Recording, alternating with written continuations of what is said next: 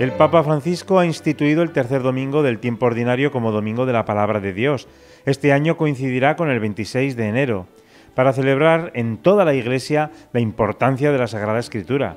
Para ello el Papa Francisco ha escrito la carta apostólica Aperuit Illis. Resulta que el Papa Francisco toma una frase del Evangelio de Lucas, me parece que es el capítulo 24, en el capítulo 24, el número 46 creo recordar, que hace referencia a que les abrió el entendimiento. Aperuit Illis significa les abre el entendimiento. Es ese pasaje en el cual Cristo pues va explicando, dice a los discípulos, les explica las Escrituras y parte para ellos el pan.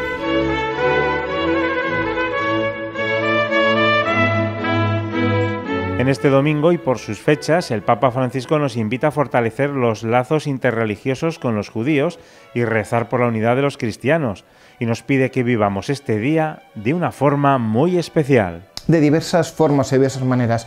Se recomienda que se entronice la palabra de Dios, se recomienda que se le dé un lugar privilegiado a la palabra de Dios, que incluso se consideren las personas que lean, pues consideren que están celebrando un ministerio y por tanto que es necesario su preparación, o incluso se le insiste o se pide o se invoca al hecho de que incluso los obispos pueden en ese día utilizarlo pues para nombrar ministros extraordinarios de la palabra de Dios o algún otro ministerio que realice esa realidad o que signifique esa realidad de la importancia de la palabra de Dios.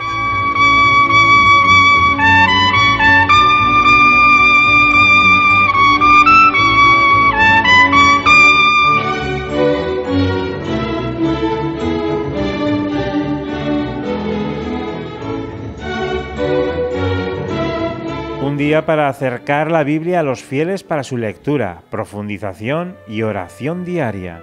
Yo creo que uno de los aspectos también muy bonitos que señala esa carta apostólica del Papa Francisco es el hecho de que la palabra de Dios no puede quedar empolvada dentro o encima de la mesita, que se tenga como un simple libro de adorno.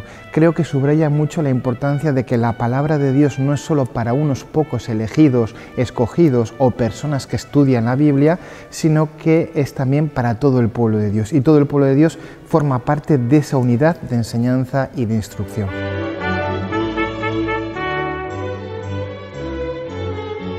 El Papa nos anima este 26 de enero y tercer domingo de tiempo ordinario a la preparación y formación de toda la comunidad de fieles en general, de catequistas y sacerdotes en particular.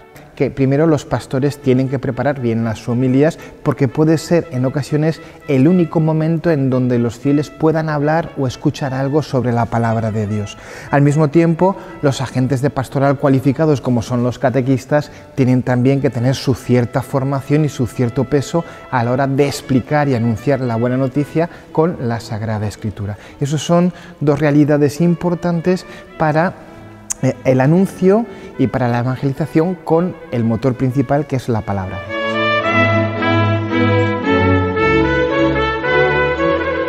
La Sagrada Escritura, la palabra de Dios y la Eucaristía son alimento para los fieles.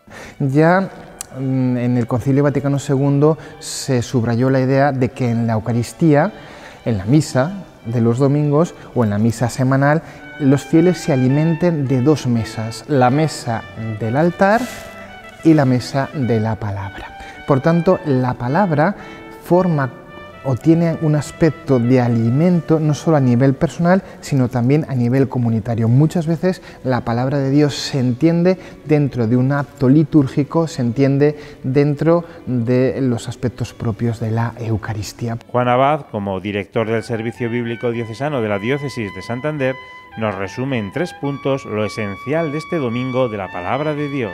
Si Jesús es la palabra, tenemos que conocer la palabra, porque así conoceremos a Jesús. Es el pensamiento de San Jerónimo y me parece que eso es lo que queda subrayado como primer punto en esta carta del Papa Francisco. La palabra de Dios me deriva a la fe y me deriva al compromiso, a un compromiso personal de aceptación o de rechazo, de aceptación esperemos, y a su vez me lleva también a un compromiso de gozo liberador, de anuncio de esa buena noticia que yo creo y vivo, de anunciárselo a otros. Nos recuerda también cómo debe leerse la Sagrada Escritura.